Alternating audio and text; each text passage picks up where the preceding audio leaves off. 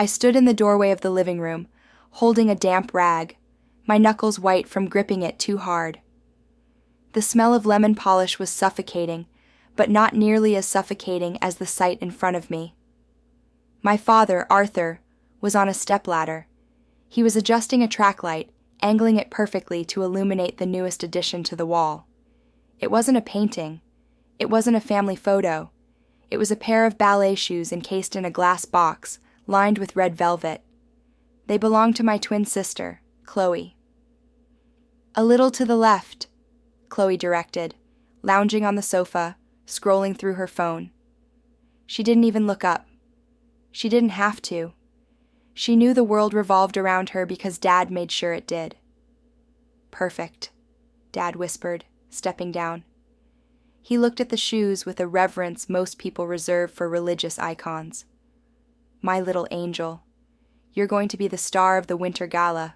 Your mother. She would have been so proud. You move just like her." I cleared my throat. It was a small sound, but in that house, my existence was an intrusion. Dad turned, his smile instantly vanishing. The warmth in his eyes was replaced by a dull, annoyed glaze. "Maya, what is it? You're blocking the light." "I finished cleaning the garage, Dad," I said, my voice trembling slightly. "And the attic, like you asked." "Good," he grunted, turning back to the shrine. "Then you can start on dinner. Chloe needs her protein. She has rehearsals." "I have a mock trial competition tomorrow," I said, a desperate hope rising in my chest. "I made the state finals. I was wondering if maybe you could come? It's at 10 a.m. Chloe snorted. "Mock trial? Boring." Dad sighed, wiping a speck of dust from the glass case. "Maya, don't be selfish. Tomorrow is Chloe's final fitting for her costume. I have to drive her to the city. We don't have time for your little debates." "It's the state finals," I whispered. "And Chloe is the lead soloist," he snapped, his voice rising. "Do you have any idea how much pressure she is under? She carries your mother's legacy. The least you can do is support her instead of demanding attention for things that don't matter." Things that don't matter. I looked at the wall. It was covered in photos of Chloe. Chloe dancing, Chloe smiling, Chloe wearing Mom's old jewelry.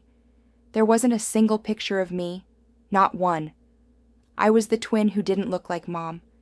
I had Dad's dark hair, his sharp nose. Chloe had the blonde curls, the blue eyes, the delicate frame. Because I didn't look like the ghost he was chasing, I didn't exist. "Right," I said, the word tasting like ash. "I'll start dinner." I walked to the kitchen, the sound of Dad praising Chloe fading behind me. I felt that familiar burn in my eyes, the humiliation of being invisible in my own home. Before we continue, take a deep breath with me. If this story is already touching something inside you, hit like and subscribe. It helps this channel reach more people who need stories like this. Let's continue. Because what happens next changes everything. The favoritism wasn't new. It was the oxygen in our house.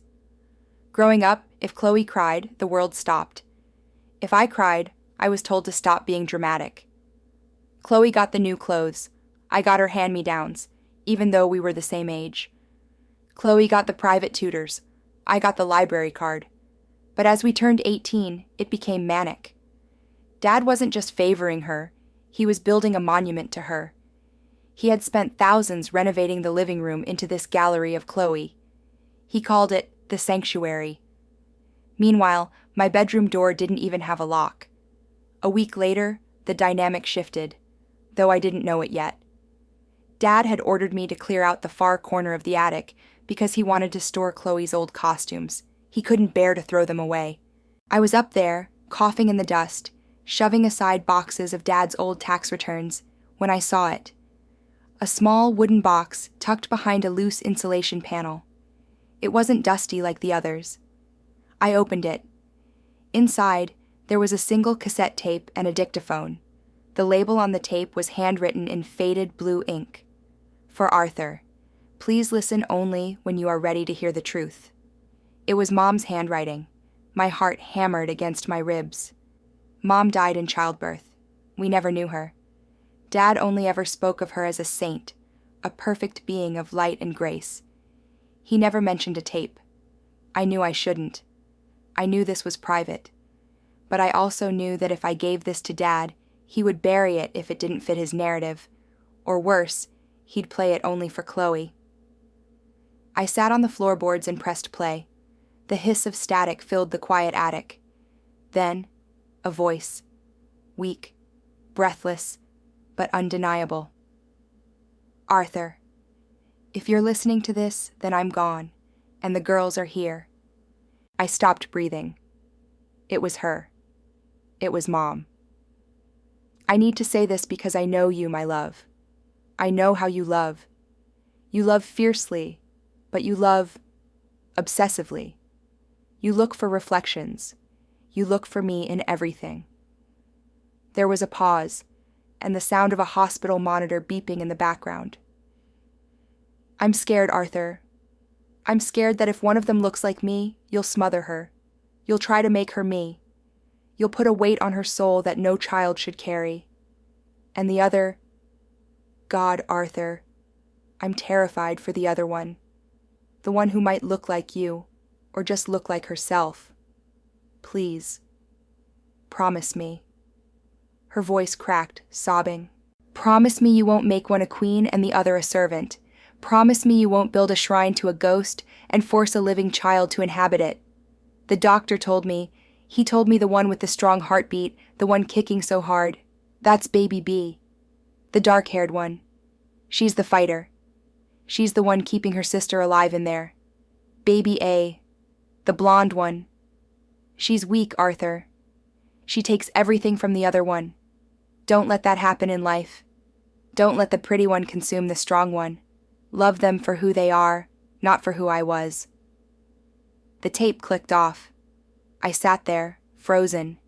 Tears streamed down my face, dripping onto my dusty jeans. She's the fighter. She's the one keeping her sister alive. Mom knew. Even before we were born, she knew. She knew Chloe would take everything. She knew Dad would try to replace her, and she had begged him not to. I pocketed the tape. I didn't go down immediately. I sat there, feeling a strange sensation.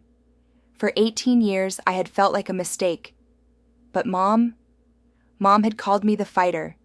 The confrontation happened 2 days later. It was the night of the winter gala. Chloe had performed. She was average. Stiff, technically correct, but emotionless. But you wouldn't know it from Dad's reaction. He threw a massive after-party at the house.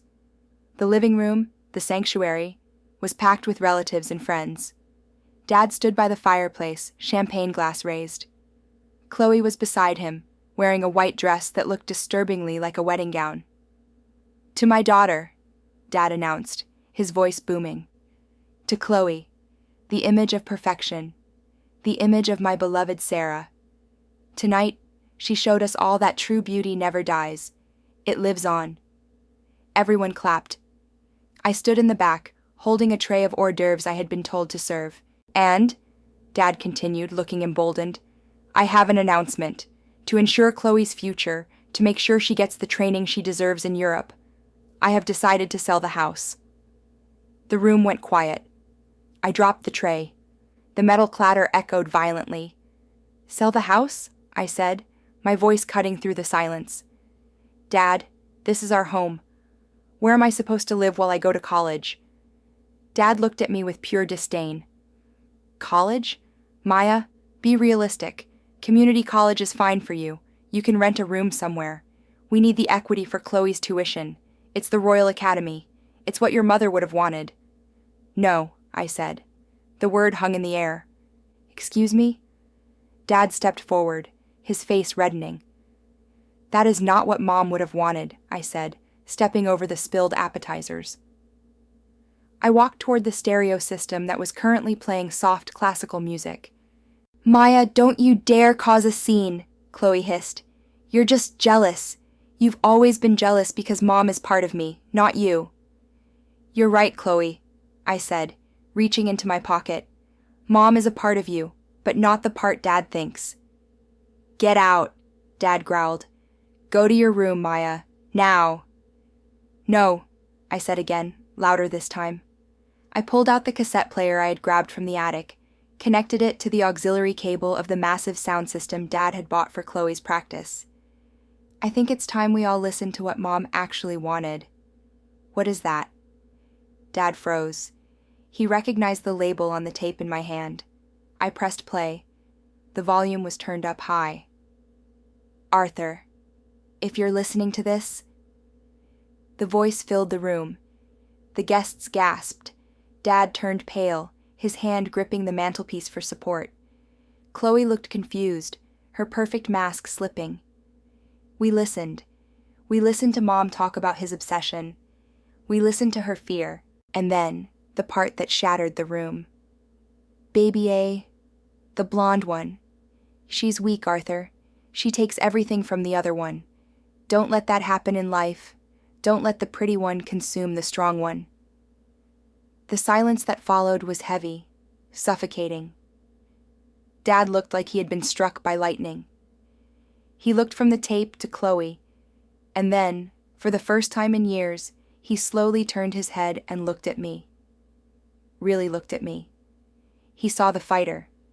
He saw the strength. He saw the daughter he had neglected, the one his dead wife had championed from the grave. Sarah, he whispered, his voice breaking. Chloe began to cry, but it wasn't a pretty, manipulative cry. It was the cry of a child who realizes her pedestal is made of glass. Turn it off, Daddy, make her turn it off. But Dad didn't move. He sank onto the sofa, burying his face in his hands. The shrine around him, the photos, the shoes, the lights, suddenly looked grotesque.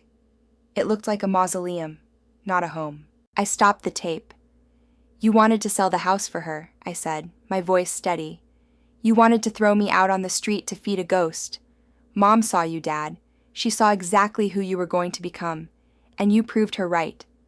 I unplugged the player. I'm leaving, I said. I'm going to stay at Aunt Linda's, and I'm going to college. If you sell this house, you send my share of the money to me. If you don't, I'll sue you. And I think the judge will be very interested in this tape. I walked out of the living room. I didn't look back at Chloe, sobbing on the floor in her white dress. I didn't look back at Dad, who was weeping silently, surrounded by the ruins of his obsession. I walked out the front door into the cold night air. I had never felt warmer. It took time. Dad didn't sell the house. He actually took down the shrine. He started therapy, intensive therapy. He tried to reach out to me, sending letters, apologizing. He told me he was sorry he missed my life because he was too busy looking backward. I haven't fully forgiven him yet. Forgiveness is a journey, and I'm just starting to walk it. Chloe and I are distant, but she's learning to be herself, not a copy of a dead woman. But I kept the tape. Sometimes, when the world makes me feel small, I listen to it. I listen to my mother's voice calling me the fighter, and I know I'm finally seen. If this story spoke to you, comment below. I deserve to be seen. I will read every comment. Don't forget to like and subscribe. Thank you for staying with me until the end.